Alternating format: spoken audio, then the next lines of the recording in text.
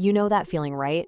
You get super motivated, you start saving money, and then it feels like you are getting absolutely nowhere. It is, without a doubt, one of the most frustrating things in personal finance. So today, we're going to break down the psychology behind that struggle. We're going to talk about why hitting that first big milestone, and we're talking about $10,000 here, is actually the hardest part of the whole journey. So, let's just put it right out there. Does saving money, especially when you're just starting, feel completely pointless? If you're nodding your head right now, trust me, you are not alone. It's that exact feeling that kills so many financial goals before they even have a chance to get off the ground. All right, let's dive into that feeling because it's a real thing. Let's call it the pointless grind. This is that first phase where all the effort you're putting in feels totally, completely disconnected from any real results. I mean, think about it for a second. You are making actual sacrifices. You're packing a lunch instead of buying one. You're skipping that $5 coffee. Maybe you're saying no to a night out with your friends. Every single dollar you manage to put away is a choice, a conscious decision you have to make over and over again. That takes some serious discipline. And then what happens? You check your savings account and what? The balance has crawled up by just a few bucks?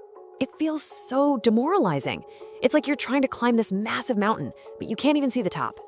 And that disconnect, right there, between all your hard work and that tiny initial reward, that is the absolute heart of the problem. So what is really going on? I promise the system isn't rigged against you. The problem is actually hardwired into our own brains. It's a fundamental blind spot in how we think about growth.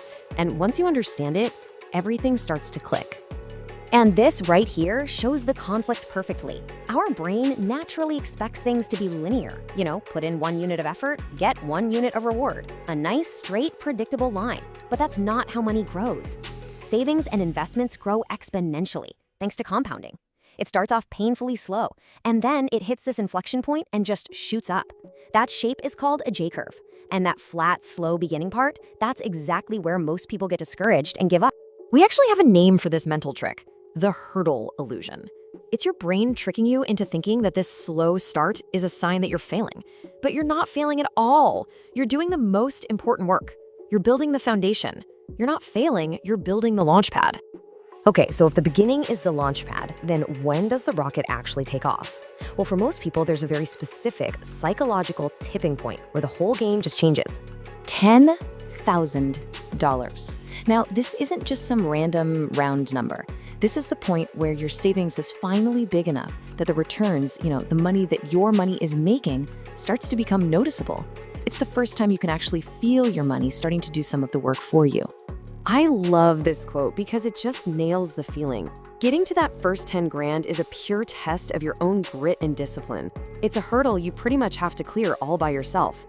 But after that, that's when things start to get fun. The growth you see isn't just coming from your own sacrifices anymore. It's coming from the momentum of your own money. And this chart just shows that momentum perfectly. That first big bar, that's all the time and effort it took to save your first $10,000. Now look at that second bar. Getting your next $10,000 is almost always going to be way faster.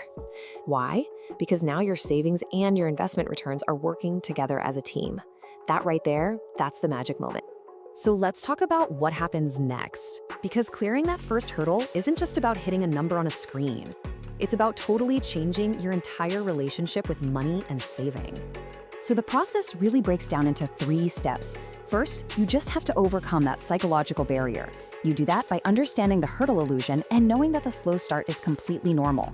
Second, you push through to that $10,000 mark and you actually get to witness the power of compounding for yourself. You see the proof.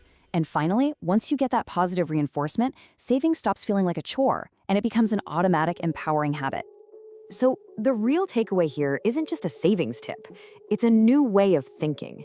The hardest part is always the beginning because your brain is wired to expect a result that compounding just can't give you at first. Knowing this lets you reframe that whole journey. You can see the pointless grind, not as failure, but as the non-negotiable price you have to pay to get to that amazing exponential growth. So now that you know the hurdle is just an illusion, what's your next move to clear it?